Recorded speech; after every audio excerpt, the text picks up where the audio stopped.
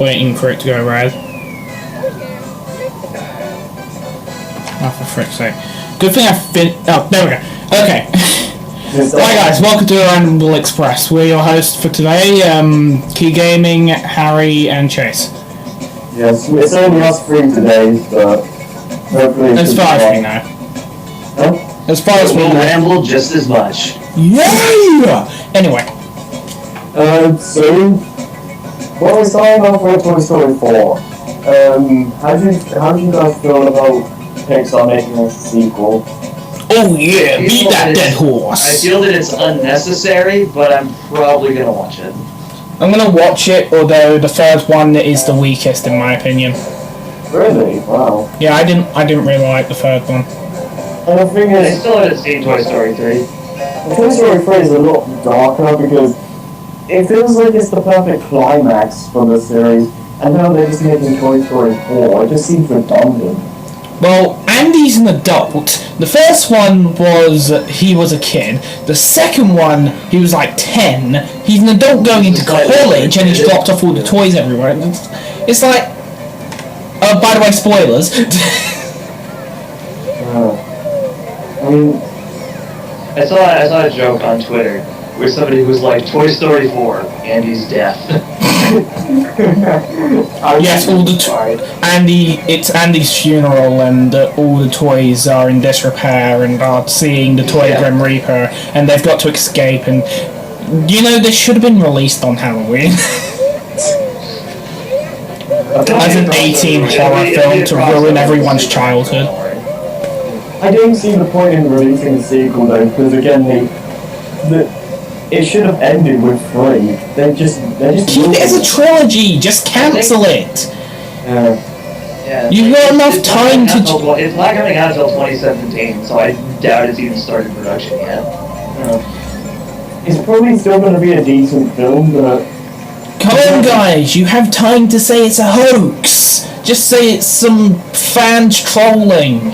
You have the time. Because, like.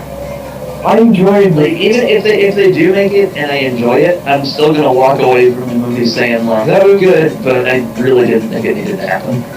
It didn't need to happen. I think it's probably gonna be a good movie, but I don't want to see it. Yeah. They keep making sequels like Pixar and Like the reason we were excited about Incredibles 2 was because that was a really good movie that had an ending that was never followed up on. And it should have been. Yeah, it's just like. I mean, the games had a follow-up. Well, I mean, actually, Incredibles, the ending to the Incredibles technically was followed up on. Yeah. There was a game on the PS2. But the game was actually pretty good. Yeah. But movie-wise, we've not had a follow-up to The Underminer! You know, I think they're probably... You know, they're probably going to skip to after The Underminer because that seems more like a game concept. That's kind of what I was going to say. And the original game kind of sucked, because Rise of the Underminer was much better than the game. It didn't suck. Although the Incredibles game was a bit better than most other movie licensed games. Yeah, I don't think it sucked, but it was really, like, it's unfair most of the time. Like, sometimes it's just unfairly difficult. Poor design choices led to unnecessary difficulty. Yeah. It's still better than most movie licensed games, but it had variety. Yeah, but I like that it has like all the characters minus like Frozen. But Rise of the Underminer corrected that, so yeah. And Violet's gameplay just sucked. That's horrible. I didn't like Dash's gameplay all that much either. Violet's gameplay didn't exist because you were still Dash. It was just... It's like Super Monkey Ball. I think that was the level after.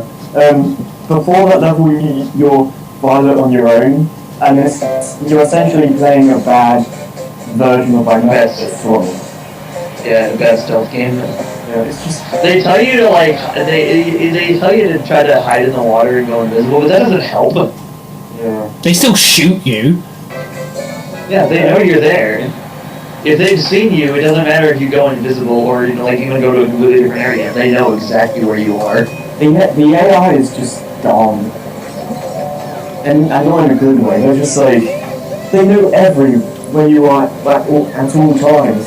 Dumb. There is such a thing as AI that's too good. Yeah. Because I've had. No, continue. Okay. There have been times where I'm like right at the end of the level, and then I just get shot By magic bullet. And the thing is, you only have one like hit point. If you get hit once, you're dead. Well, yeah, but if you got hit by a bullet, wouldn't you be dead? Yeah, depends on where you got shot. Yeah, but the thing is, the other characters, all of them don't get hit in one, like don't get killed in one shot. Actually, I can make this sound reasonable. In the second level, as the last girl, you can get riddled with bullets and only lose about half your health.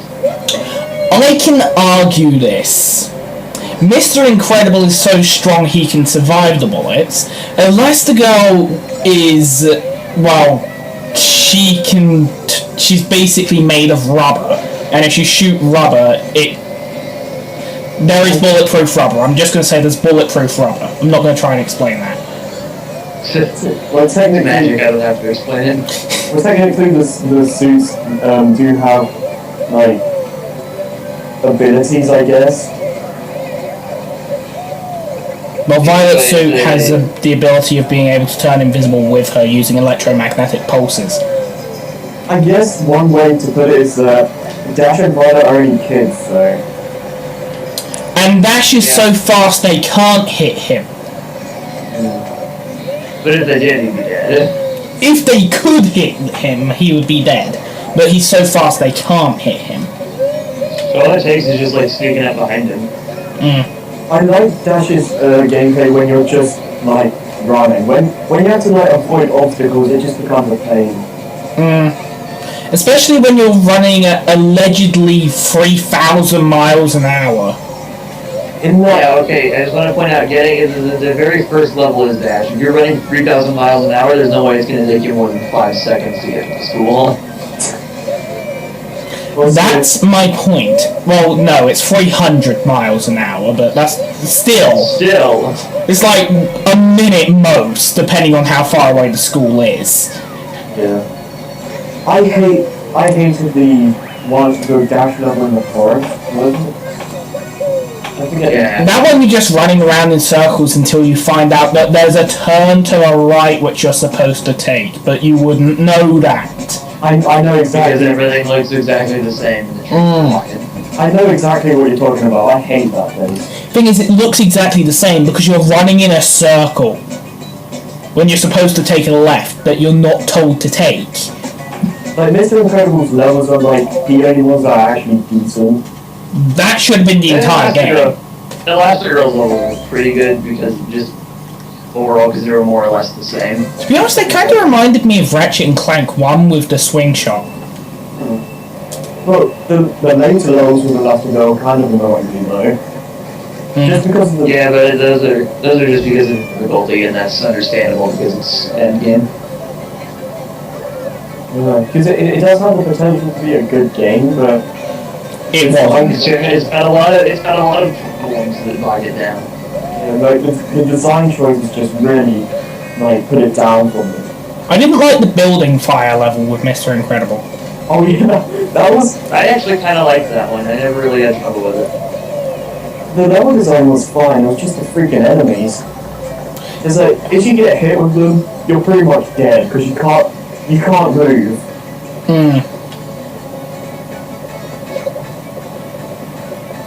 For the most part though, that level was pretty alright. How did we get from Toy Story to The Incredibles? I don't know, but this is entertaining. No, I just like questioning, how did we get here?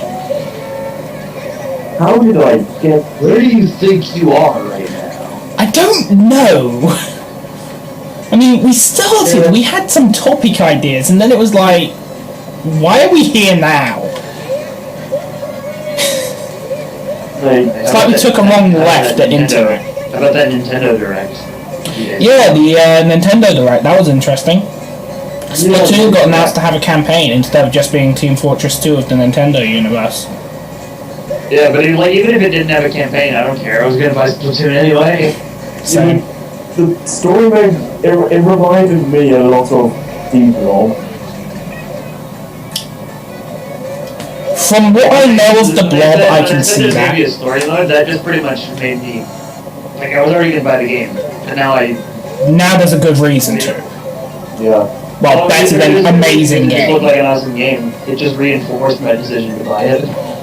Yeah, because sometimes you don't want to play with people, you just want to play on your own, so the fact that there's even a story mode to begin with isn't. Sorry, I'm playing Mario Kart. Nintendo, you're taking all my money. Stop it. Yeah, Nintendo, I've been holding on to my wallet for as long as I can, but now that just seems like you've opened up a black hole. Yeah, it's this year, like last year, Nintendo had good games that I was interested in, but nothing that I couldn't really wait for. This year, it's like I gotta buy everything because everything looks good. It's like 2015 is going to be like The year. Because Nintendo knows Microsoft has nothing, Sony has like one game, and then they're just wiping the floor right Look now. at all our cool shit. it's just like 2015, like a new game almost every month. Yeah. Nintendo was the top dog, and it's like, we are the kings of all! Now, and then there were this massive drop, it's like, we fell off the face of the earth, but we're back, kind of. And now it's like, hey kids, want some Nintendo? It's funny because like third parties aren't really with Nintendo that much now, but it's funny because if Sony and Microsoft lost them, they'd be like going crazy. Nintendo still make games even still. Yeah. Sony, like, if you look at Sony and Microsoft consoles, they'll put out a first-party title once every Decade. 4 or 5 months. Yeah. Nintendo will release first party every 5 minutes, but there's still the point of Nintendo doesn't have any third party because the other two consoles have those. But they don't need Well, it. actually, Nintendo at least has Platinum, kind of. Nintendo still get like third party games, but nowhere near as much. But I didn't think Like, does Way Forward count as third party? Because they've got that too. I don't know. I guess because it remastered was released on all consoles. I don't know. I'm talking more like Way Forward's in-house stuff, like Shantae, have been released as, exclusively, I think, on Nintendo stuff. I suppose. Aside from like the PC and iOS release of Risky's Revenge. I suppose they're like mostly centered like for Nintendo, but if they want to release a game somewhere else, Nintendo left them, I guess. I think the only reason Remastered was multi-platform was because Capcom was also involved in it. That is a good point, yeah. Had it just been Way Forward, it probably would have been Nintendo only. Remastered is a fantastic game now. Yes, it is. They need to make it. They need to remake the sequel actually. I'd rather have Darkwing Duck Remastered.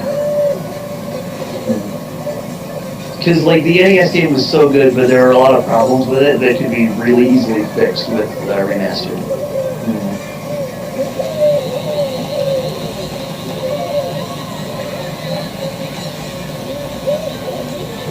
Anyway, the Majora's Mask 3D, which I'm probably gonna buy. I've been waiting for that for so long. According to Aonuma, it started development right after Ocarina of Time released. Oh wow. Well, the original or the 3D? We Yeah, scarred they started development on Majora's Mask 3D right after Ocarina of Time 3D released. Ah, okay. Yeah, it's funny because the second I saw the trailer, I knew exactly what it was. I would have laughed if they were like. I would have laughed if it was like the trailer for the Majora's Mask Hyrule Warriors DLC pack. I could just imagine if this would be a trailer. We scarred your lives in 2000. Now it's time to scar your kids with Ocarina of Time. Wait, what? Am I getting the right game? Majora's Mask 3D remastered, whatever it's called.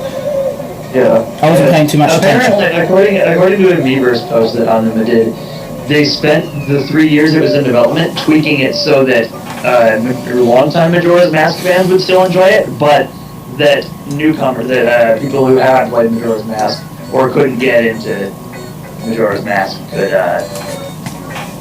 also enjoy it and stuff. Yeah. Reason I Hopefully that means there is at least an option of some kind for an overhaul to the fucking 3-day system. Like, I doubt they'd get rid of it entirely because that's an integral mechanic, but some kind of overhaul, because that is the main thing that stopped me from enjoying Majora's Mask. Yeah, because originally it was going to be a 7-day time limit. Which I would have liked way more. Well, at least you have the inverted sort of time. Yeah, but like for me, it's just having that time limit in the first place puts a lot of unnecessary pressure on me. Yeah, that's the thing with a lot of people, because the game doesn't start off very strong, but it does get a lot better after you leave clock out. Yeah, I realize it is like it's not a bad game, but I can't get into it because Yeah, it's a very hit and miss situation, really. Because it is. I like what I've seen of it. It's just I have a hard time getting over the 3-day thing to really enjoy it. So hopefully Majora's Mask 3D will fix that. If only a little bit. Let's see, what else did they announce for that? We got more stuff on Codename Steam, which I wasn't too interested in, and then they said Abe Lincoln. That was hilarious. I tweeted about it. It said Abe Lincoln commands an army that fights aliens. Yes. It makes more sense than the Stargate program and how it's still a secret. After 10 years, I'm still watching through that. So, as far as I know, the Stargate program's only existed for 10 years. It's like I like how every character has their own like special attacks. Yeah. But there's not a lot I can say. I'll probably pick up Codename Steam, though I don't know when. It looks interesting, but it's probably not something I'm gonna like pick up day one. Yeah, I might rent it from Gamefly because I'm not too big into RTSs and I don't want to spend $40 on a 3DS game and then not like it. It looks interesting though. Yeah, at the very least I'll play it. We more or less were given the announcement for the Steam World Dig sequel. Oh, was that the part with the indie? Yeah, when they were scrolling through the indie games, they're like, Steam World Heist. And I'm like, yes! Oh, I need to say this now, but me and Xavier did this like bingo game with the Direct. Like, we put down we got like a bingo card, put a bunch of things down on what they would announce, and most of the things they announced were on the card.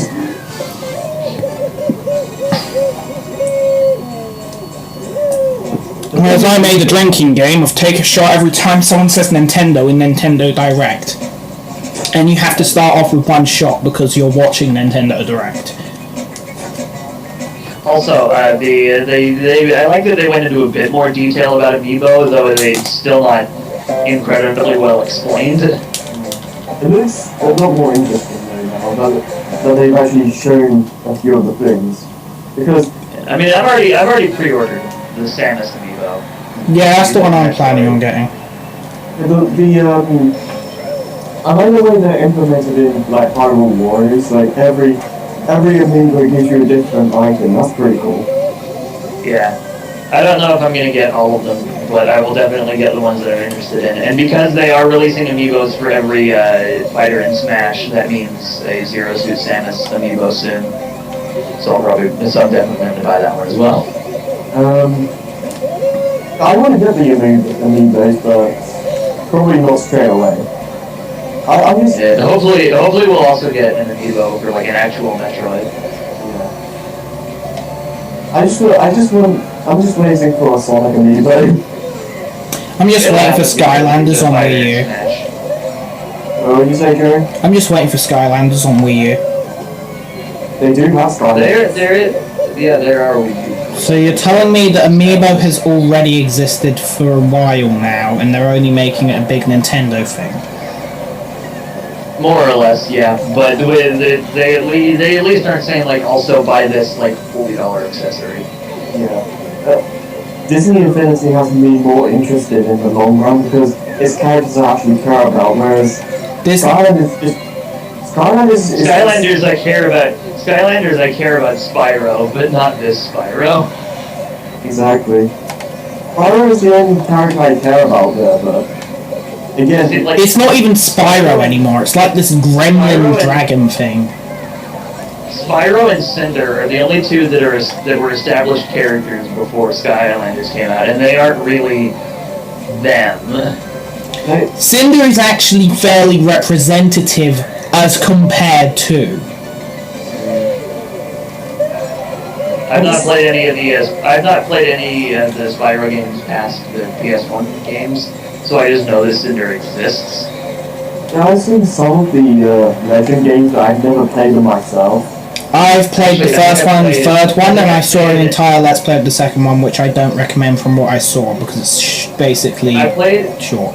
I played one of the ones on the PS2, but I can't remember which one, but it was really bad. Probably the second one. Well, no, that's probably Enter the Dragonfly. I don't know, I can't remember. Well, was it the same style as the PS1 games? I only vaguely remember. Hold on, I'm actually going to go check Gamefly, because they should have a thing of what games they've sent me over the past. Because Enter the Dragonfly had the potential to be decent, but it was just unfinished. Because if you look at it, they had a lot of ideas that were never put into the game. Like, you know, Nasty Nog was originally going to team up with Repto. And there was going to be a lot more worlds in the game, but there's like barely any worlds in Enter the Dragonfly, and they just like put a whole bunch of gems in there. It's like in the first... Yeah, it was Enter the Dragonfly that I played. Because in the first world, you have to get like 750 gems or something ridiculous. Yeah, it's pretty bad. So I also rented Musashi Samurai Legend, which is a game I really don't recommend. It's so bad.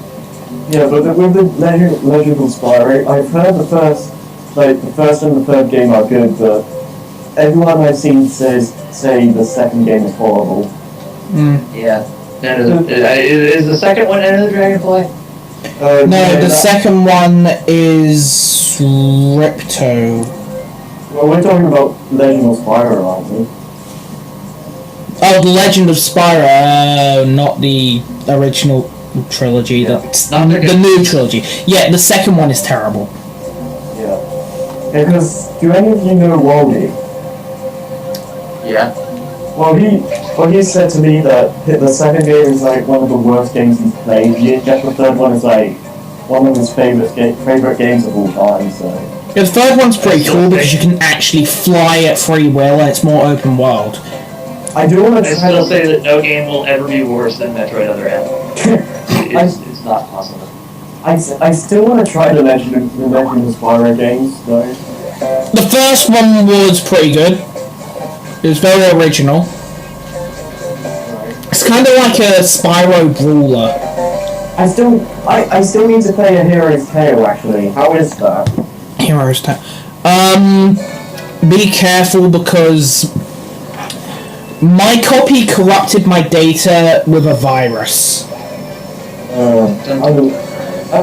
I think you said this before. How did that happen again?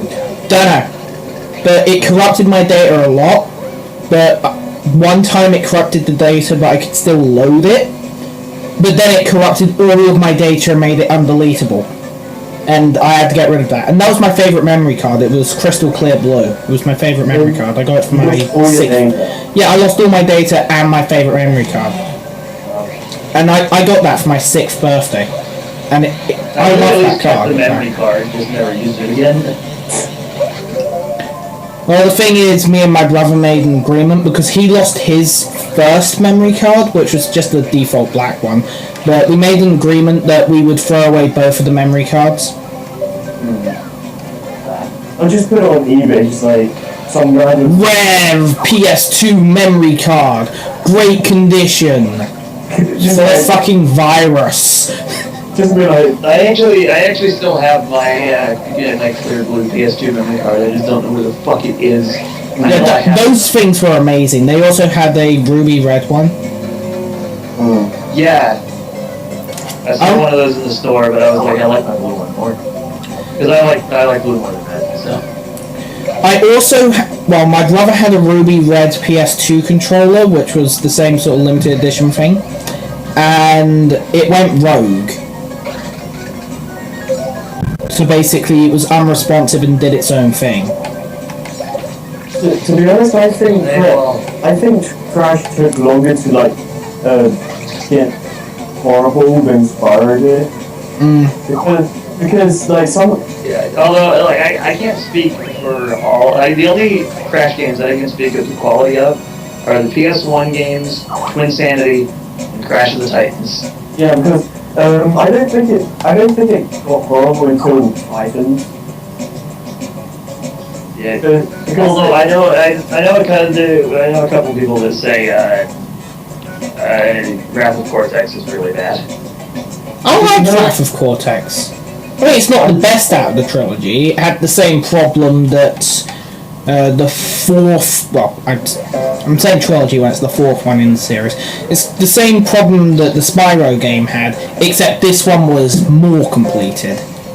Yeah, it's more completed than Enter the Dragonfly, but you can tell it's still like not 100% finished. Yeah, BRB. Yeah, I enjoyed Twin Sanity. Yeah, one sec. And I played it. Like, I just played the demo for Crash of the Titans, and it's so bad.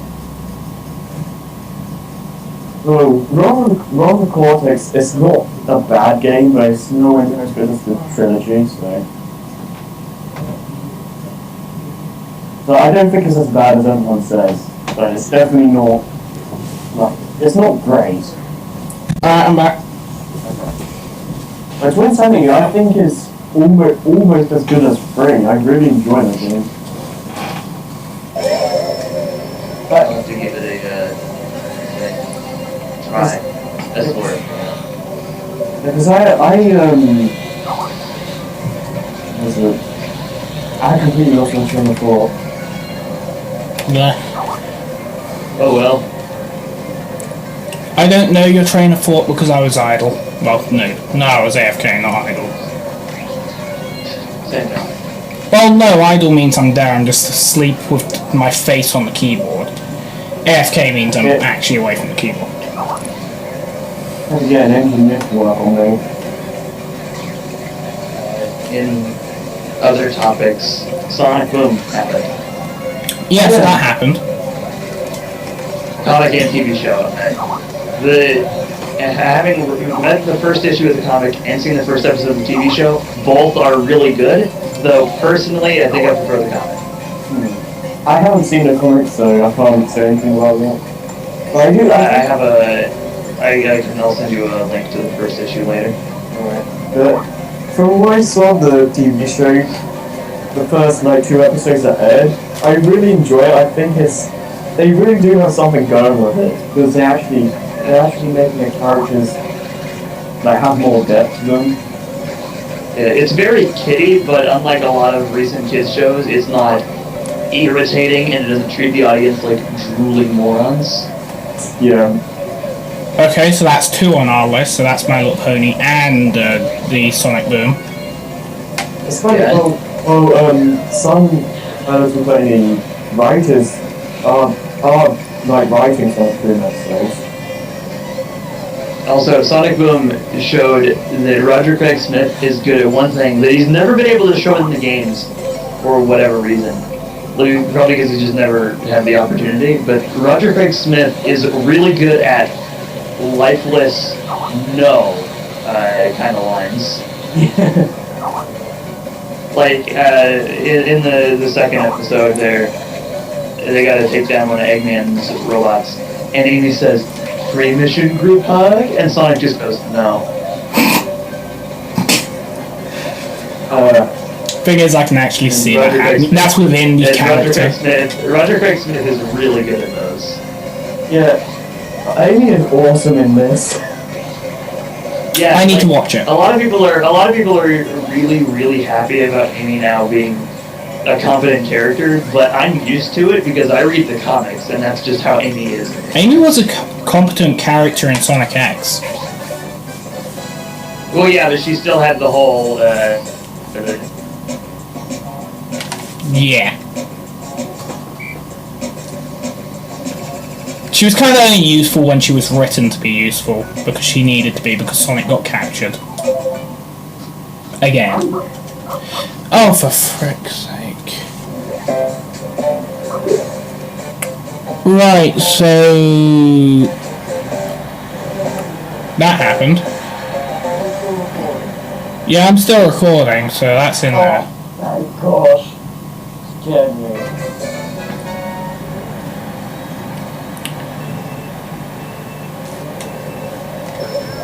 Chase is still in limbo. Oh Lord, there you go. And he's gone. Oh gosh. I'll try and get him back. Cool.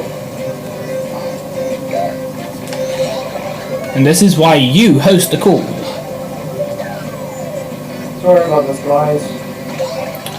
Yeah, because things.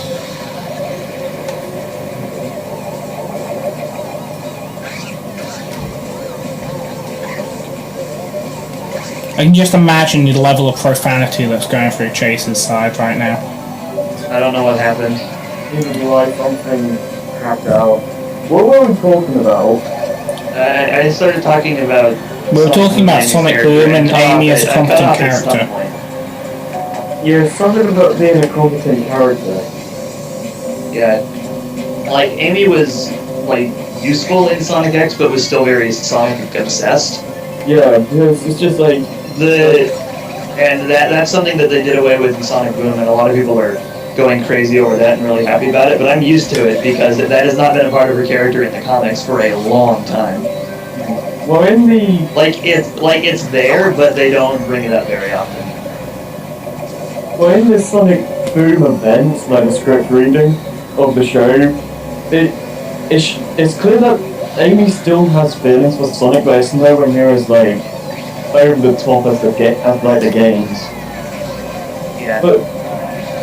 If there is anything, like, for the most part, I want Sonic Boom and regular Sonic to stay separate, but if anything from Sonic Boom leaks over to the main universe, I think it should be that.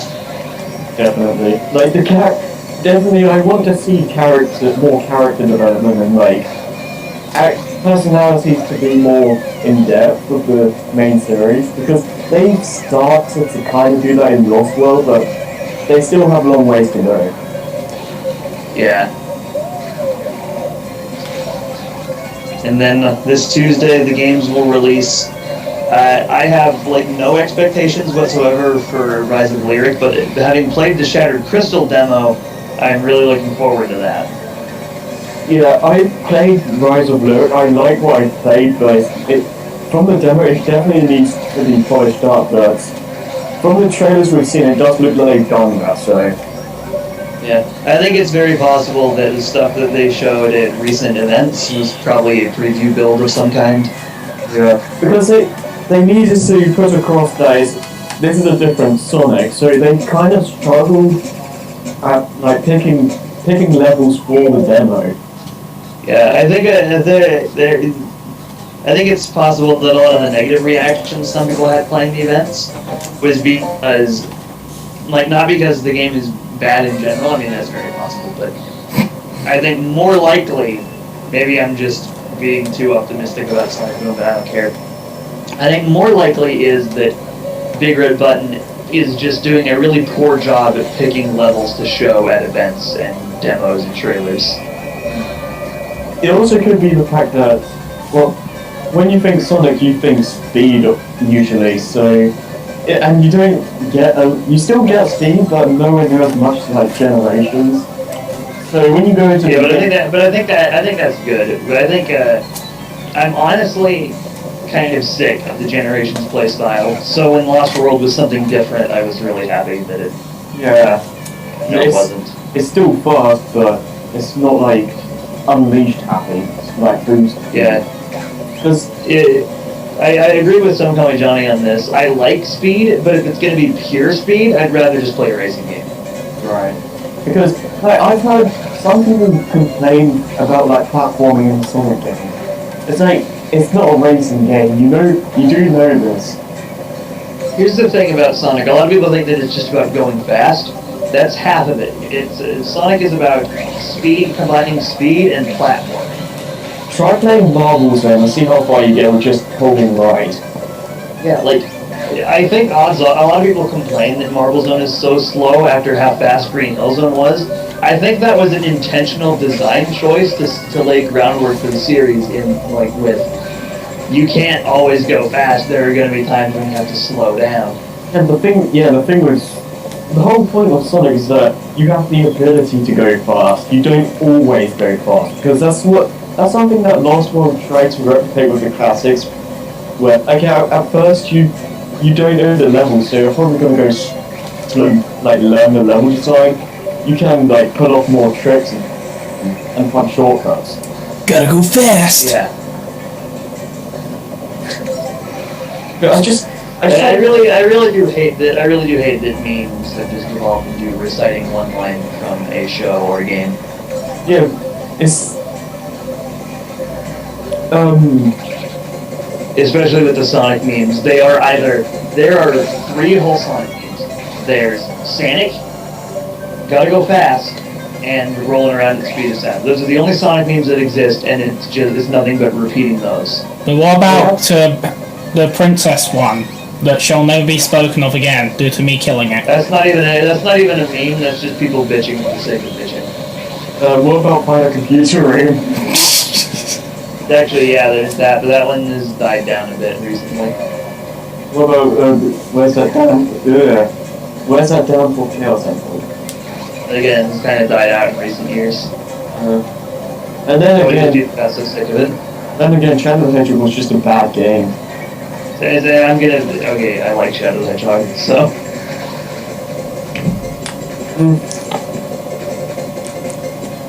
Although, I will not hesitate to make fun of the game, especially when it comes to the story and some of the line reads.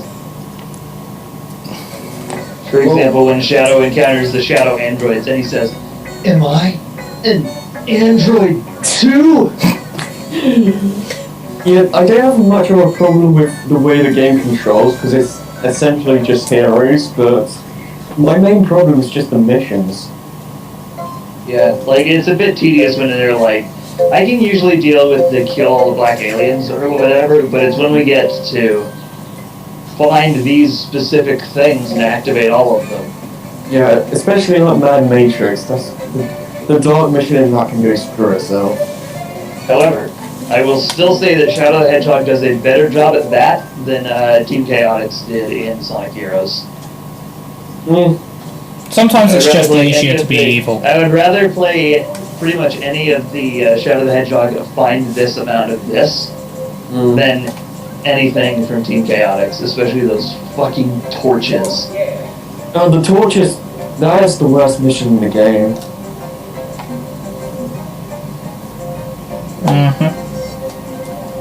Where did we were supposed to be talking about Sonic Boom. Yeah, I'm looking forward to it, basically. Yeah. The game, because I already know the comic and the show are good, so. Yeah. Although the comic has arguably already entered Jump the Shark territory. It's funny The first issue ends with Knuckles going up to Dr. Eggman. He says exactly, "Hey Doc, you want to team up?" Wow. But it's funny because Sticks, it just randomly shows up because, well, we know who she is because we followed like the development process. But Yeah, but like story, I assume that the prequel comic that shows up in Shattered Crystal will explain that, but they've not. We have no explanation in universe for where the hell Styx came from. They just know her. well, The Rise of Luke is meant to be a prequel to the show, and I think Shattered Crystal, so maybe. Well, Shattered Crystal comes with a comic that is a prequel to that as well. A prequel to the entire Sonic Boom legacy, I guess. So it goes. So then would it go out? The comic, Rise of Luke, the show, and then Shattered Crystal. Probably. But I do like that it's all connected. Yeah. Although I think we know where the prequel comic that comes in Shattered Crystal fits in, but with the actual comic series, we don't know where that fits in yet. They haven't given any real details. I'm just playing Mario Kart right now because I have no idea what you're talking about. So, It's funny. and I'm just sitting here looking at my 5 copies of Sonic Boom #1. I hope the prequel comic isn't like a prequel to Sonic 4 Episode 2, because that was just pointless. I think it'll just exist for like character development. And again, hopefully an introduction to Styx, because in the show she just appears. Yeah. I don't want it Same with to the comic. Same with the comic. She just shows up right out of nowhere. I don't want it to be like Generations where just like, oh, classic Tales, where'd you come from?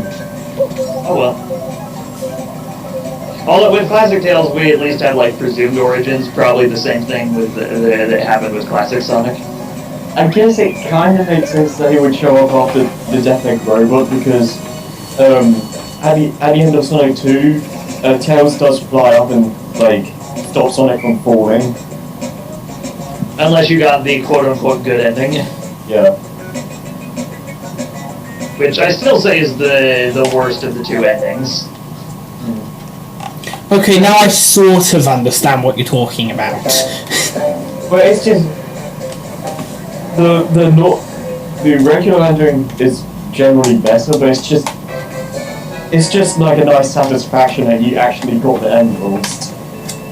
Yeah, but the regular ending does a better job like reinforcing Sonic and Tails' friendship because Tails saved him from falling. With Super Sonic, he just kind of flies there like, fuck you, I don't need you.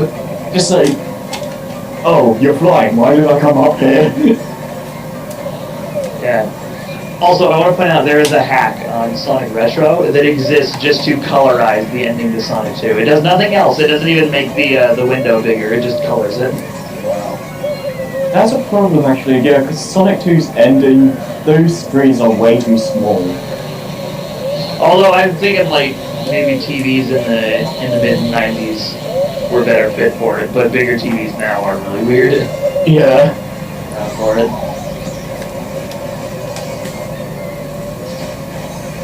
Yeah, the first episode... Anyway, while we're on the topic of Sonic, the comics recently got done starting up their Werehog thing. The first episode of Sonic Boom really they really did show like Sonic and Tails' relationship a lot. Yeah. Because Sonic doesn't want Tails to get hurt. Though that was kind of silly, honestly, that entire plotline. I always saw Sonic as sort of Tails' guardian after finding him. In the crash I did like plane or I something. did like the Knuckles Jr. bit though. Well, Sonic and Tails are essentially brothers. When you really like think about it. Yeah, to the point where even in like if you look at the old Deke cartoons, he even calls him Bro. Yeah. And in the early comics, he doesn't quite do that anymore, but Yeah, but that was kind of a 90s thing, to be honest. Where Yeah, everyone was bro. still. They're more like brothers than friends though, because they're a lot closer than friends. So To be honest, I think Sonic Sat AM is the best one. The internet would really like to remind you that they are closer than friends. Yeah, but that's the internet. You never listen to the internet unless it's us because we're more important than everyone else. Yeah. What'd you say about... Don't listen to Sonic Stadium. That place is run by assholes and idiots. Listen to us. That's the same with Crash Mania. What'd you say about Sat AM though? Yeah, I was just saying, I like the idea of Sat AM because it makes more sense. I always forget about Sat AM because I really didn't like it all that much. I only saw like 2 episodes. It's kind of the greatest. It's okay, but it kind of bores me. I saw it till they killed Eggman. It's serious, but it's too serious. Honestly. Yeah, that's the problem. Because I get kind of annoyed when people say like, "Oh, it's epic, it's instantly awesome." That epic doesn't always equal good. Epic means over-proportionate. Yeah. So something can be epically bad as equally it could be epically good. Yeah. Yeah. Like what I feel funny is that in the 90s, outside of the games, Sonic properties had a hard time figuring out what they wanted to do and do it well. Like the comics didn't know what to do initially. Like they had the slapsticky humor of Adventures of Sonic the Hedgehog, and I don't know why I liked it in AOSTH but not in the comics. It was just irritating to nerd. Yeah, like the stupid references, the dumb puns, the really stupid storylines worked in Adventures of Sonic the Hedgehog, but for some reason didn't work in the early Sonic comics. They got really good, but the Sonic comics got really good once they hit Endgame, where they were serious, but weren't too serious like Sat AM was. Yeah, there needs to be a balance, because, again, I think Lost World hit that balance well, because it has a serious premise, but it's not afraid to, like, go a little cartoony on us, I guess. Yeah. Thing is, though, back in the day you had 2 options. You had excessively epically sharp, edgy, dark, or you had wacky, cartoony. You would have to be on crack to make these episodes, and they probably were. And in comics, in mainstream comics, you had one option: dark and gritty. And for TV shows, you also have Sonic Underground. Yeah, no, that didn't happen until later. I like Sonic Underground, but that was late 90s when things started to get a bit odd. I didn't like the songs though. Every time like a song came up, I just skipped it. Wait, that last statement there, late 90s when everything started to get a bit odd. That explains so much about myself. I was born in the late 90s, so... Well, the music, the lyrics and all that, they were fine. I just didn't like the actual singing. Like I thought it was usually pretty good, but there are definitely exceptions. I just didn't like it. One of my favorite songs overall is what the fuck episode was it in? The one when they go to get Knuckles' help, and he's like, no, because he wants to stay on Angel Island and guard the Master Emerald. I saw that episode. He actually tells them a bit about their mother. An island. I like the song where in the episode where Sonic and Manica are about to get roboticized. Yeah, I think I vaguely recall that one. I need to watch Sonic Underground again. The problem is also Sonic Underground happened kind of in the comics. The problem is that it never finished. It was originally going to be 60 episodes, but it's only 40. So okay, 2 episodes short. That they know. Although the same thing happened. The same thing happened with Sat AM. Season 2 ended with the Ixis Naugus cliffhanger, and they never followed up on that. Yeah. Which they should have, because the show was too good.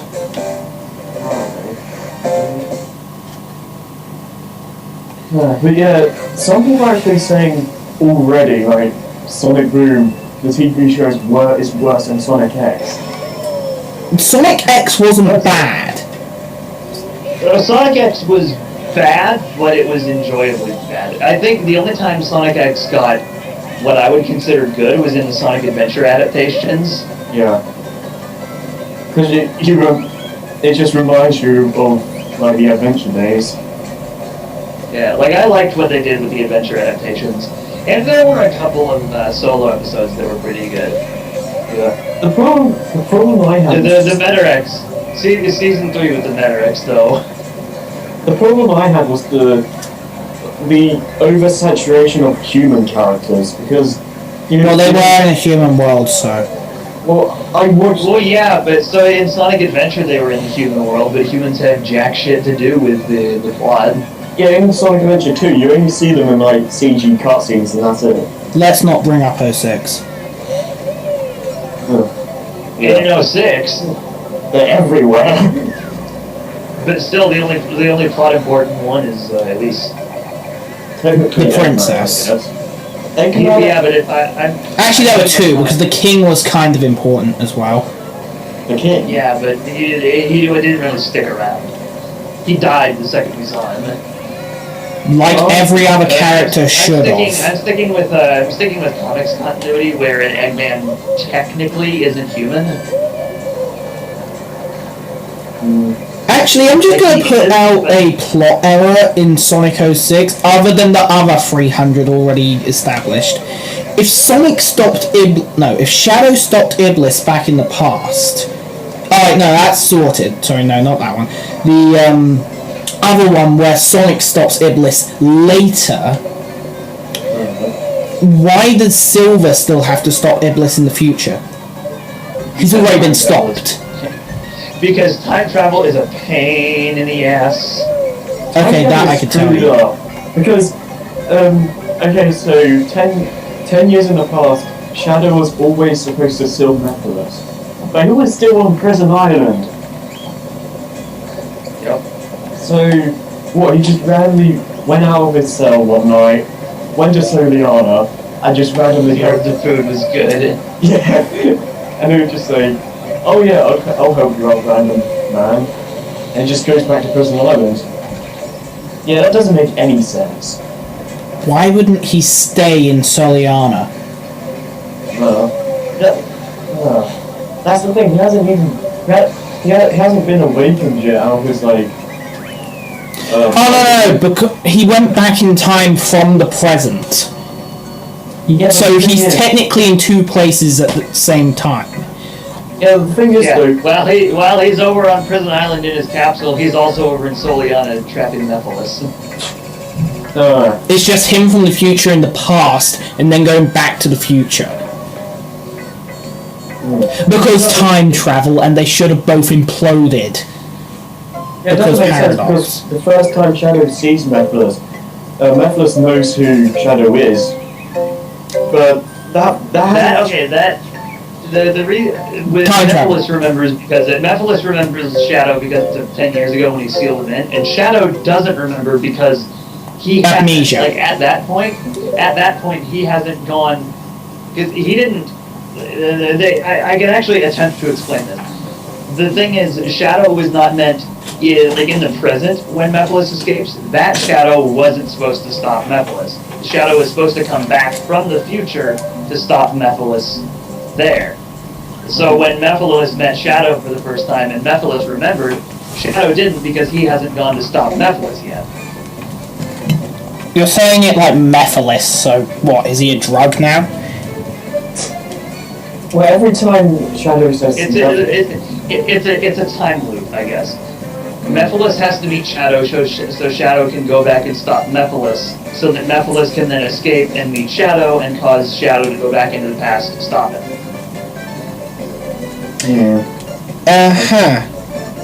There's no point of origin, really. So where does that leave Sonic? Because wouldn't Sonic have been notified and just gone and fixed it? Sonic is worthless in Sonic 06's plot. Like, the overall plot of the thing. Despite he's the main thing. In Sonic's, there are two stories in Sonic 06. There's Sonic's story of gotta save the least, and then there's Shadow and Silver's thing of gotta stop Iblis and Mephiles, which is way more important. Yeah. Just like... Also, Sonic's story is pretty much just filler, to be honest. It's mandatory filler because you don't have the other characters until after you go through the filler. And a lot of the plot things people bring up is like, why didn't Mephiles just kill Sonic on his own? There is some kind of an explanation to that. Granted, it's a fan explanation, but it makes a lot of sense. Mephiles' name, Mephiles, Mephistopheles. He is basically the devil. Like, think about his abilities and his name and his origins. Sonic 0666. Mephiles is the Mephiles is the devil. Yeah. And there's something in the Bible where the devil cannot interfere directly. He can really only influence the thoughts of other people. So he doesn't just kill Sonic initially because he can't. He has to try to get Silver to do it, or like it's something along those lines. He can't interfere directly, or it's a better idea not to. Well, what about... So that when Silver screwed up, Mephiles was like, "Fine, I'll do it myself." But I hate how Sonic was handled, because he just gets pushed around all the time. Yeah. And just like, oh, you destroyed the Death Egg, you feared perfect chaos, stop the Ark from falling to the earth, yet it takes just one guy to stab you behind your back to kill you. I'm pretty sure Sonic has survived worse than that. Yeah, but like, he's survived getting crushed and shit, but he's never had basically a spear shoved through him. Yeah. It begs the question though, why didn't Mephiles just do that to Shadow? That is a good question. That is a legitimate. I think probably because Mephiles needed Shadow for something. It could, well, he wanted to join him, but at the point where it's just like he keeps saying no, so it just comes to the point where, yeah, okay, you're dying now. That's more or less what he tried to do, but he never thought, I'll just use my giant spear thingy. Some people like to say he needed the emeralds first. Maybe, but I think he really only needed the emeralds so he could fuse with Iblis and become Solaris. I just don't understand how he randomly got all the emeralds, because just they are all over the place, and suddenly, oh, I got all of them. They're actually paradox emeralds. They tried to explain it in Shadow's story with the with Mephiles going to the desert and finding the Chaos Emeralds there, but they never did it anywhere else. I just wish Sonic just didn't go down so fast, because if he didn't look at the emeralds, it could have been a lot more interesting. Yeah. I think, but what they were trying to portray, I think the main reason why that makes so little sense is that the visual effect was done poorly. What they were trying to do was try to make it like this giant flash that had blinded Sonic and Elise, and that's why they couldn't see. But what it ended up looking like, it was like he was distracted by the shiny Chaos Emerald. Yeah. It's experience has taught me to investigate anything that glows. Yeah.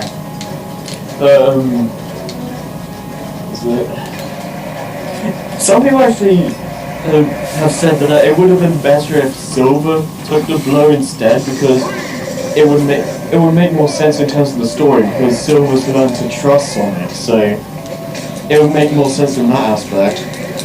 Maybe, but that would probably bring up a bit more plot holes of why the fuck is Silver here now? But even still, I just hate how Sonic is handled. Yeah. He gets saved by freaking Amy. What's that about? Well, that's also something that happens quite a few times in the comics. Oh man, I hate how there are a couple of times, I can't recall any off the top of my head right now, but there are a couple of times where if it had not been for Amy, Sonic would probably be dead.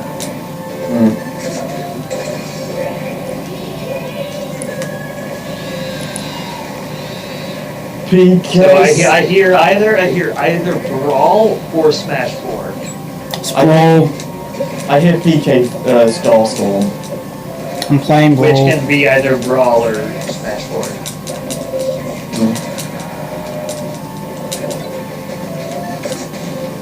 What I do know is that if somebody's playing Brawl, you've made a very poor choice. It's the only Smash game I have. But it's bad. It's better than nothing. Right. It's better than going through the same goddamn cup in Mario Kart Wii 300 times, getting last place in every damn race on the 150cc. I just want to point this out. Subspace, the Great Maze can go die. Okay, the Great Maze is what made me finally realize that I hate Subspace Emissary. It's without a doubt the worst final level I've ever played. But at least you get Sonic. I think it's about tied with Eggman Land and Sonic Unleashed because the Great Maze is what made me hate Subspace, and Eggman Land is what made me hate Sonic Unleashed. Well, the difference for me is that the Great Maze is just all the levels put into one, and you pretty much have to find all the characters and bosses, and it just becomes tedious. It's not hard. It's just stupidly long. It takes forever. Yeah, my run in my LP took like over an hour and a half. I got sick of looking for the characters myself and just found a map on Google that showed me where they all were. Because Eggman Land, yeah, it's hard, it's long, but at least it's a new level, whereas the Great Maze is just everything again.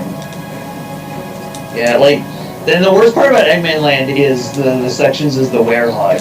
As regular Sonic, they were challenging, but I never really got pissed. It was when I had to play as the Werehog and in the platforming sections, you didn't have a drop shadow, so knowing where you were going to land was a pain in the ass. Had to fight fucking two Dark Gaia giants at the same time in such a small room.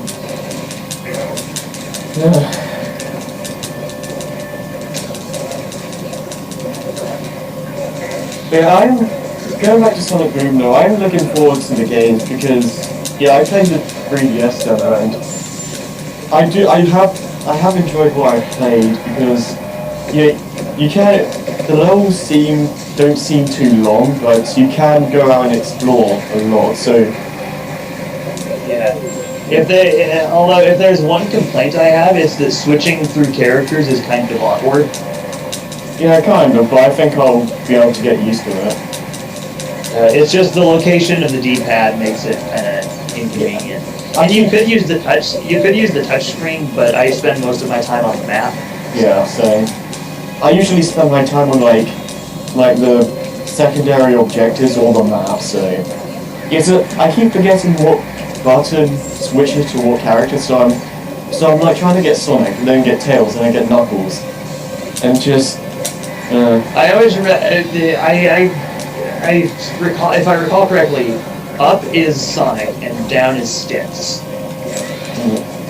Yeah, I know that much. I keep trying to mentally tell myself that up is Sonic, but I keep forgetting anyway.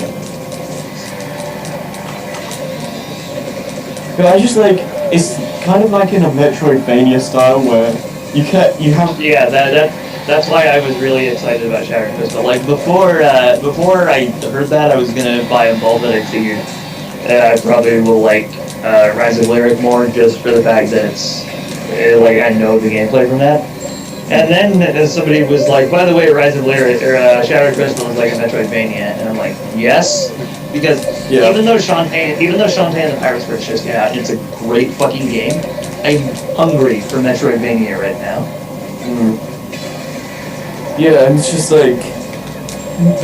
my playthrough of the level took 16 minutes because I was going everywhere, and I still don't think I found everything because I have seen the map actually gives you a thing on how much of the map you visited, percent wise. I like how there's secondary objectives find a set amount of rings get to the goal in this time. I know the shards. Yeah. So you don't have to do it, which is good. I like that you have other stuff to do in the game too. Yeah. It's not like, oh, you've been in the story, now what? So yeah, there's a lot of stuff to do. Although I think that because of the way the levels are designed and just my mentality, I still gotta go find everything even if I know where it all is. yeah. It'll be hard to get those time goals. But that's not like a design flaw. That's just my own problems. It was kind of challenging to get the time challenge for the sticks race actually, because you pretty much have to know the level off by heart. I actually haven't done the sticks race yet. I've done the other two levels, but not the race with sticks. The first level, the worm tunnel, that's pretty much the equivalent to a special stage. It's the Mach speed sections, but way better. Pretty much. I'm actually excited to see how they turn out for Rise of Look, because they're probably going to be like sections, like in between levels. Yeah. They do look fun though. I didn't get the chance to play one of them, so I don't know how it plays. But I'm gonna assume it's gonna be like similar or identical to the worm tunnel. Yeah.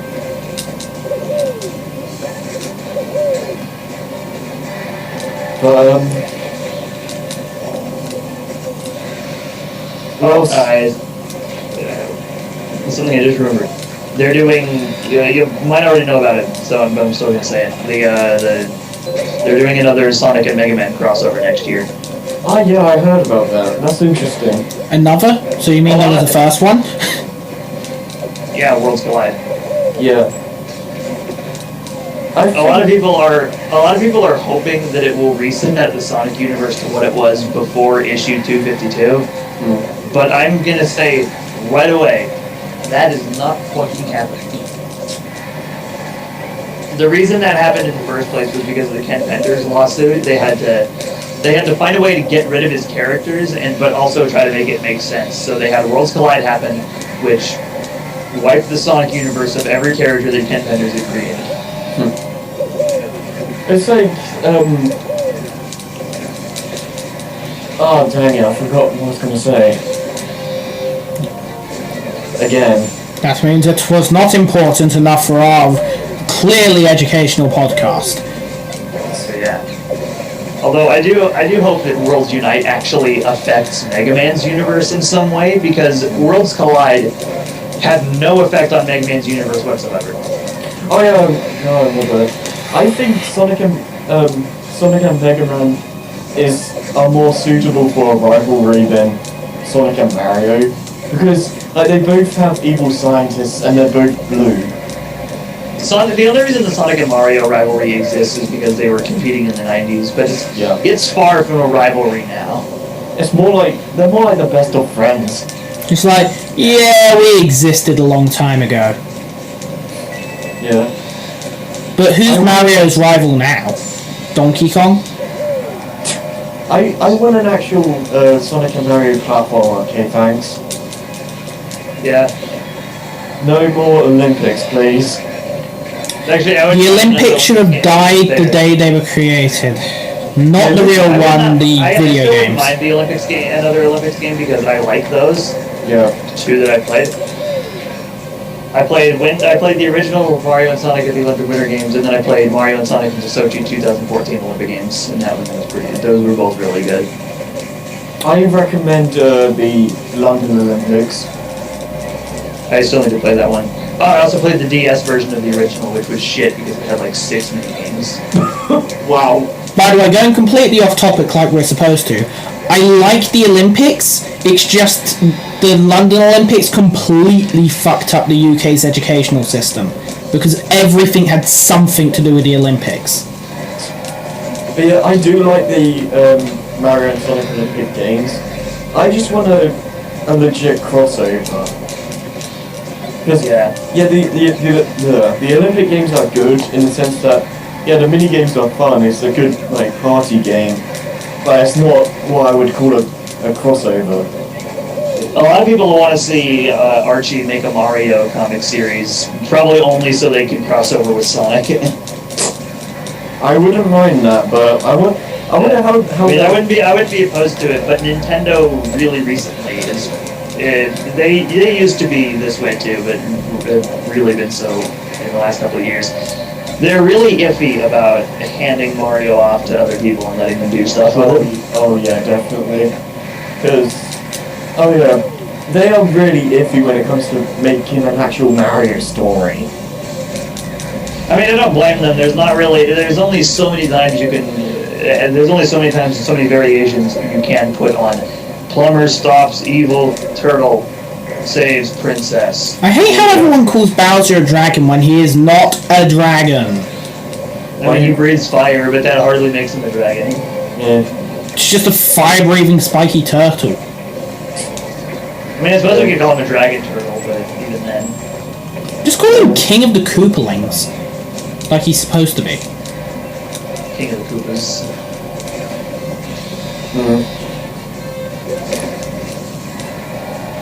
And my phone is ringing, and I can't. If there is one thing that I hope comes out of Worlds Collide, it is a Sonic and Mega Man crossover game.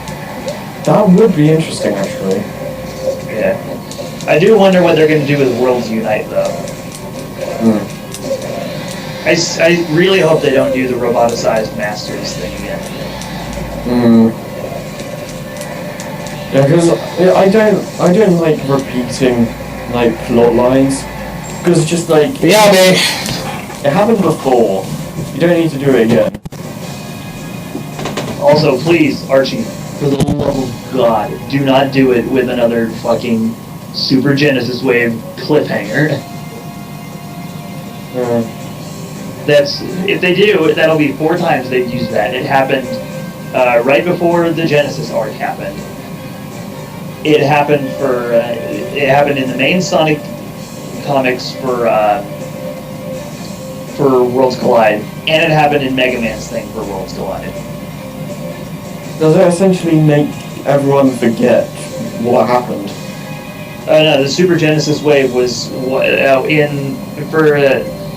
when the Genesis arc happened. What it did was it kind of reset the universe back to the Genesis games, so that Eggman could, I guess, try again.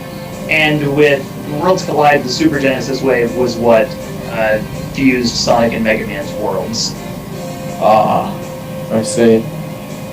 Then both times in both times the Super Genesis Wave is what fixed it. So I was about to say, like, restarting to like Sonic 1 in 6 times. That's more or less what they did with Genesis. They restarted, actually in about Sonic 2, because Sonic still knew Tails.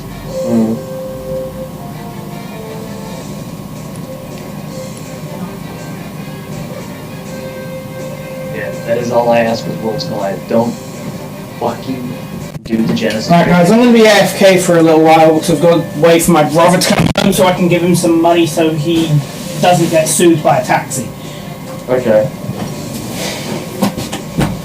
That's £2 of BronyCon fund gone because fun. How much? Only £2. We can recover it easy. Okay. Finds it on the street.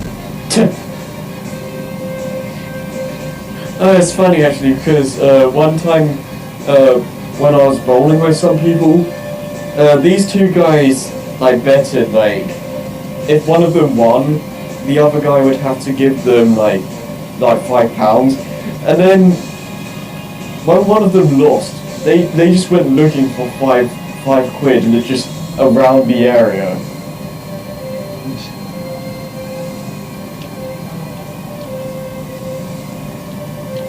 But I guess one thing to bring up is, for a while, WayForward have wanted to make a MLP game. Which would be really good, though mainly because WayForward is really good with some third parties. Like, they're really good with some licenses, like they did DuckTales pretty well.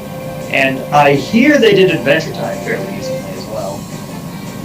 I want to see what they'll do with the My Little Pony game, actually, because I'm not sure how you would handle it, to be honest. It's a platformer. Yeah, but it's like, do you... Slash Zelda style adventure. I suppose that could work, but would you be able to play as all the main 6 or just Twilight? Probably all of them.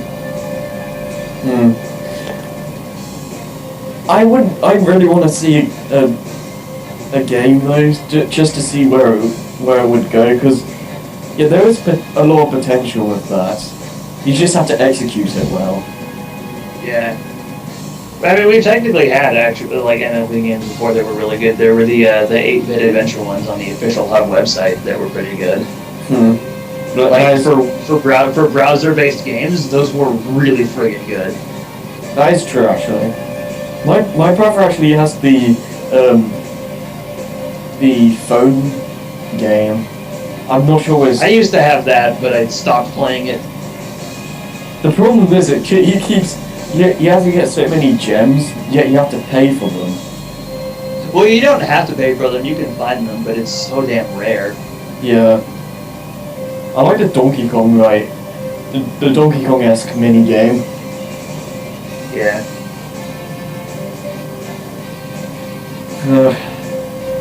And also, Kirby and the Rainbow Curse. Yeah, Kirby. Did I say that right? Because I think I might have screwed up a word in there somewhere. Kirby and the Rainbow Curse, yeah. Yeah, okay, I just screwed something up.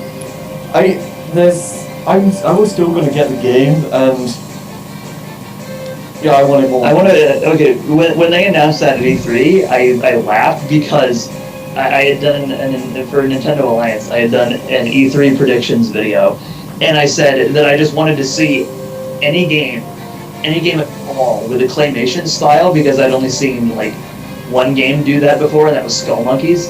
Then E3 happened, and they're like, Kirby and the Rainbow Curse, and it's got a claymation art style. I was like, alright! Yeah. And, oh yeah, we didn't finish with what the Nintendo Direct showed. Because I would have brought up some more stuff, but I legitimately could not remember anything else right then. But yeah, well, they showed more Treasure Tracker. When that was announced at E3, I was like, hey, it looks good, but I'm probably not gonna buy it. Now I'm like, I gotta buy this. Yeah, I don't think they needed to show off anymore, but I'm happy that they did. Yeah, even still, they are really like, my money is gonna go down the drain. Nintendo, are you just determined to kill my wallet? Is that what's going on here? Yeah. Yeah, I did enjoy the Captain Toad levels in 3D World, so the fact that they're making a whole game of it, a lot better, it's just, yes. And even though they're releasing it on the Wii U, they aren't, like with a physical copy, they aren't charging full price. I think they're only charging $40 for it. Oh, that's good. Because I liked how in the trailer there's like two levels that were like completely ripped from 3D World, so that's interesting. Yeah, I think they might be there just to be like, remember 3D World? But the rest will probably be completely new. Yeah, because I only saw two of those in the trailer. Because it'll be voice crack.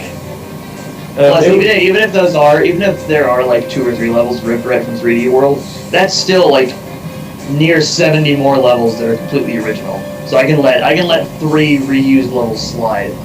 It would make a bit of sense though, because it's like, so there's some Captain Toad levels in 3D World, so in Treasure Tracker there's some 3D World levels. Yeah. So in that aspect, it does make sense. It'll be interesting to see how, like, a 3D World level handles without no jumping.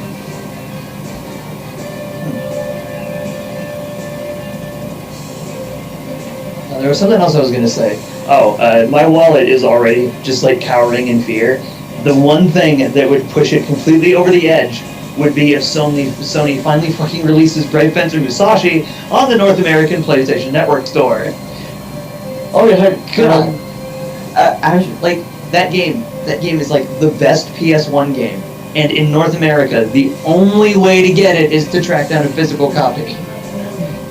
the Nintendo actually tried thinking about removing, what is it, region logging. So Yeah.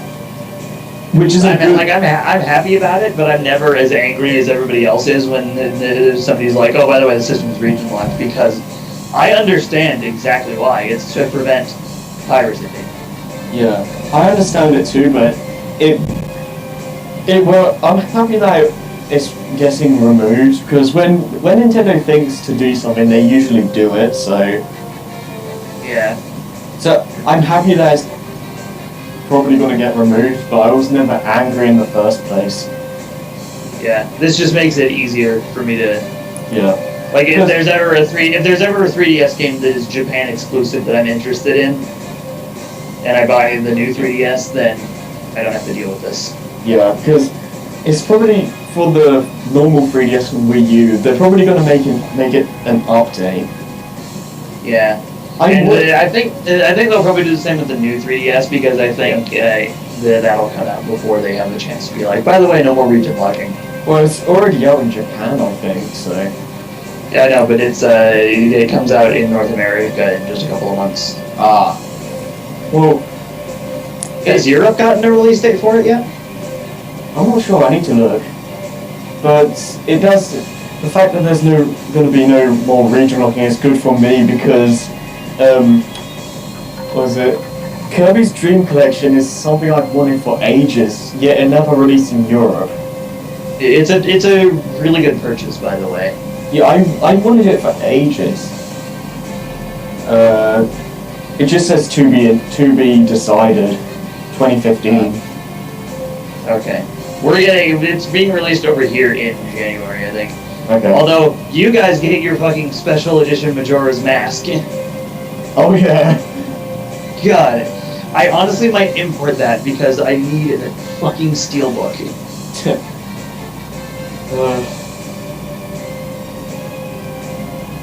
What else did they show, actually? They showed the Duck Hunt trailer. Yeah. The Duck Hunt is being released on the Wii U Virtual Console, so.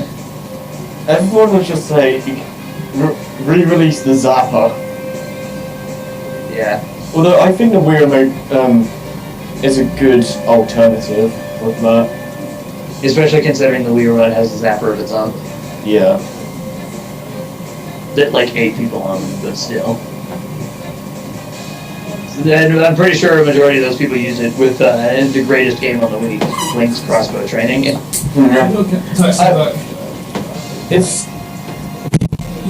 It's kind of stupid when like people complain that Smash 4 doesn't have a story mode. Oh, I'm back! And that I'm waiting for 5 minutes in the cold. And they say it doesn't have cutscenes. Yet the trailers are pretty much the same thing. Yeah, like, and you can watch the trailers on the Wii U version. And they're to be honest, they're better than anything Subspace has to offer. Because looking like the thing with Subspace Emissary, it's also the same problem I have with the Lego games, though to a way better extent. Stories can work if you don't have dialogue, but you also have to have your characters have like actual expressions, not changing their eyes every now and then. When I played Subspace for the first time, I was just like, the hell is going on? Yeah, nothing makes any fucking sense. Like, I know Taboo's doing something, but I don't know what his overall plan is. Is he trying to take over the world, or is he just being a dick? I think it's a bit both. I think he's a dick and he wants to destroy the world, not take over it. And then recreate it in his own image. They did reference Subspace actually in one of the Palutena guidance things, where it's just like Mario was the first ally in the Subspace armor for Pit. Yeah, also, apparently Subspace Emissary has been added to the Kid Icarus chronology. It's part of that storyline now. Yeah. It kind of makes me Probably the only thing somewhat decent Subspace ever contributed. So I take it we're still talking about the video game multiverse. I kind of want to say Smash Bros. Is canon to all the other franchises now because, well, Smash is mentioned in Kid Icarus Uprising, and they reference Uprising in 4 and Brawl Subspace. So I kind of just want to say Smash. I still really disagree with friggin' like every Metroid website that lists like the Metroid games. I think pretty much all of them actually will list Super Smash Brothers, like all those Smash games as Metroid games, even though they're not. It's like when people say Super Mario Smash Bros. Just like no. Yeah, like I can kind of get Metroid Blast. I mean, it's just a minigame in Nintendo Land, but it's at least Metroid focused. Yeah. Smash is Nintendo. By that same logic, it's a fucking Metal Gear Solid game. Well, none of the games in Nintendo Land are canon because you're technically just playing as Mii's and they're just like mini games. Yeah, but like if you go on the Metroid database, they list Metroid Blast for some reason. I just want to say Smash is canon to the franchises because it just makes more sense. Like maybe I don't know, every so often Master Hand just chooses specific characters to join Smash and like puts specific rules like, okay, you get knocked out, you get turned into a trophy and things like that. Maybe. Maybe Master Hand is just some kid and this is a giant Super Nintendo collection of models that he's made out of having way too much spare time. It's his amiibo collection. Yeah, I know, right? Except he got the amiibos like 30 years before they existed. Well, yeah. Well, that wouldn't make sense because again, the Palutena characters. Wow, Kid Icarus characters reference their game, so maybe he knew about the game. I mean, he is the world's biggest Nintendo fan. Maybe it's Miyamoto or whatever his name is. Miyamoto. Yeah. Maybe it's him. Maybe that's Master Hand. And Crazy Hand is his left hand. Crazy Hand is his left hand and Master Hand's his right hand. And he rolls dice to see what attacks happen and who wins, and it's basically his giant single-player board game. Somebody's knocking on my door. I'll be right back. Okay. Oh, so I'm not the only person having physical problems. See, the Co-optional podcast has technical problems, while we have problems with real life, just breaching everything. Oh yeah, what was that about? Yeah, I know about this, but just for the viewers, what was that about? Tilt's Jaffa Cakes at BronyCon? Oh yeah. Everyone who's been watching for the last couple of episodes will know that we are not sponsored, but like to say we're sponsored by Tilk's Jaffa Cakes, which is basically a t-shirt on Amazon.com. And I was thinking I would buy one and wear one at BronyCon if we ever get there. Which is seen more and more likely by the month. Wait, what? Getting to BronyCon, it seems more and more likely by the month. Yeah, but explain what you were gonna do at like the voice actor panel. Oh yeah, John Delancey. Not many people know this, except for hardcore Stargate fans. Sorry, there's so many Star things, like Stargate, Star Wars, Star Trek, off topic, but we're supposed to be. Anyway, so I was going to say, so John, do you like Tilk's Jaffa Cakes? I heard they were symbiotically good.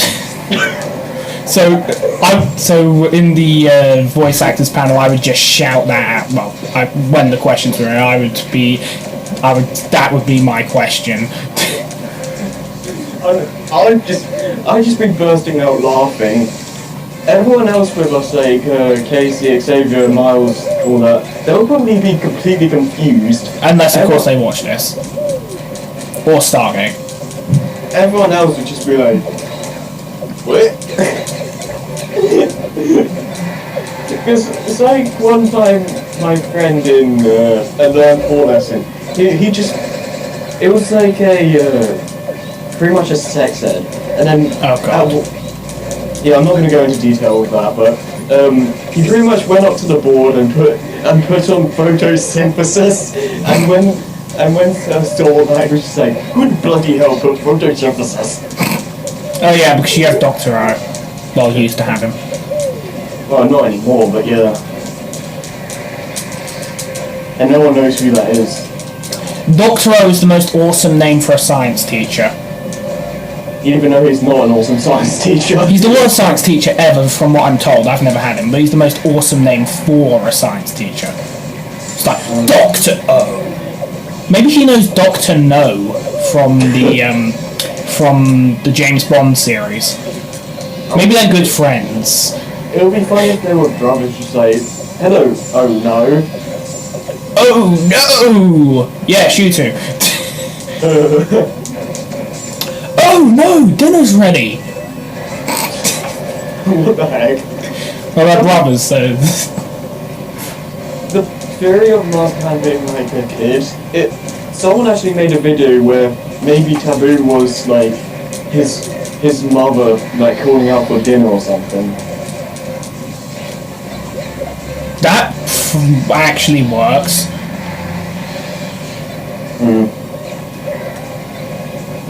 Actually, I have the best question regarding Smash Bros.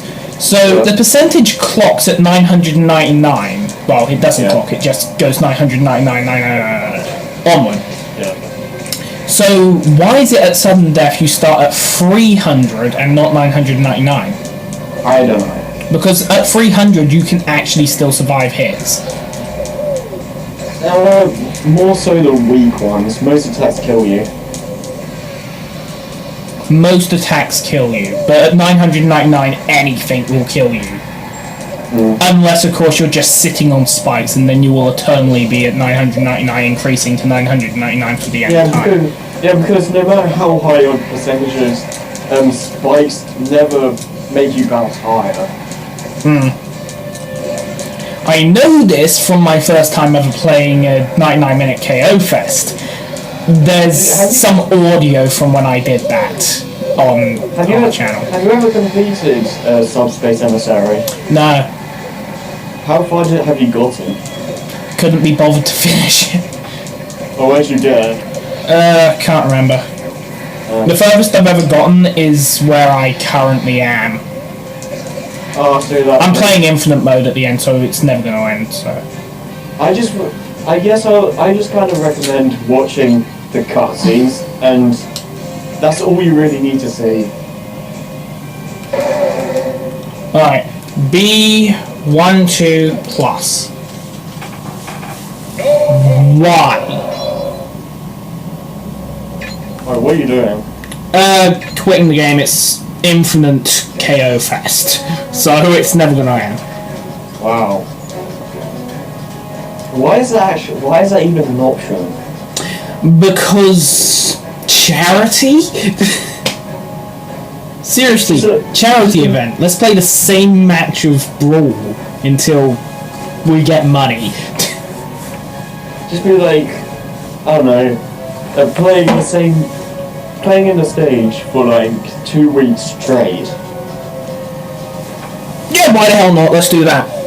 No thanks. When we go to BronyCon, let's just do that. Let's not actually go to BronyCon. Let's spend all this money and just do that. Infinite until the week's over. And we gotta go. No thanks.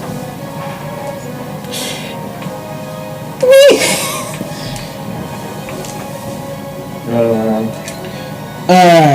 The Subspace Embassy of Doom. Are you actually playing it? I'm going to check where I am. I'm at 14% on the Battlefield Fortress. Oh, screw that level. Way too long. But that's the problem with most of the Subspace Emissary. The levels are way too freaking long.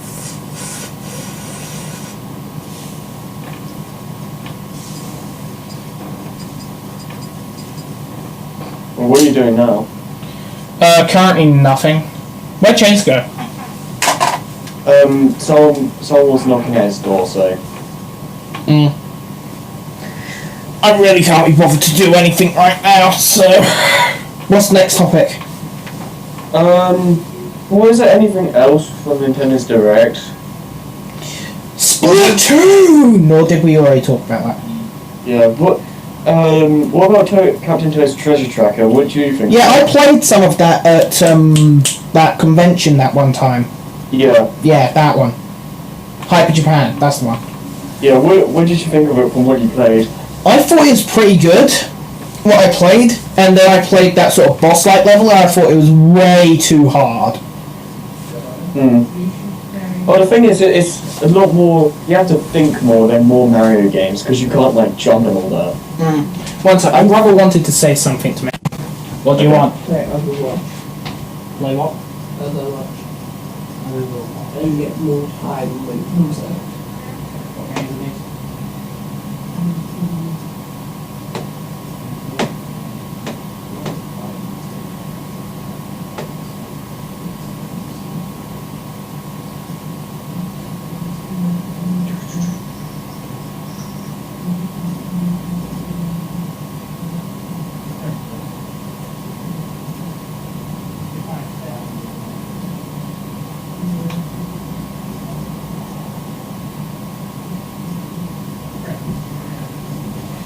Anyway, I'm back. So you were saying, Harry? Captain Toad is more... You have to think more again because, like, you can't jump, so... Yeah, it makes it more interesting. I think that boss level is probably, like, later in the game. I think it's like the first boss. No, well, they've shown, Because they showed it in the trailer and then they presented it as a playable level at Hyper Japan. So I think that's like the first boss. Well, there doesn't seem to be a lot of bosses from what we've seen. Like, there's going to be 70 plus stages. And all we know from bosses is that dragon boss and this bird guy who seems to be the main villain. Sounds like fun. Yeah, I do like the look of Treasure Tracker a lot. Just for the fact that it's something unique and it is... I don't know, it seems like it could be really fun, so... what else is there? I don't know what else they showed. I swear that's it.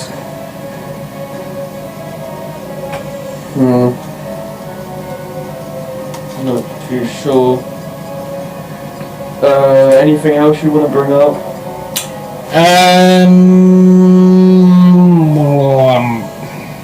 Do we have anything else to talk about just before, in case killing off the cast? Well, I want to know if Chase has anything else to say because he's still gone. Do we have a third topic? Well, that was the 3D Mario thing, but... Yeah, we all know my opinion on that. Well, we still haven't talked that much on Smash. Even though we spent a whole episode doing that. I just want the game to release.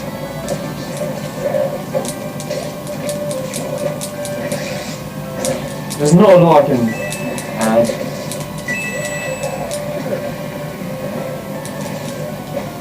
Wow, Mario's a very combo character. Yeah. He's a lot better in Smash 4. Like, if you know how to use him, he's really good. Yeah, I've never had any idea how to use him and not really like the character. Because he's one of the characters which you have to know what you're doing. Snake is just mash the buttons. Well, you have to think somewhat because you have, like, the mind to that. Well, if you want to use your 2 attack, that's a rocket launcher which you control, so... Yeah. You gotta think about that one. Which kind of leaves you really open because characters like Sonic can just like go behind you while you're doing that and just smash attack you. But there isn't really much else to say, so because this has almost gone on for 2 hours. Yes, but the other one was only 2 hours, so we must double that time. Well, I don't want to drag this on, but we have nothing to say. I don't want to have to glue together an infinite amount of data. So should we end it now?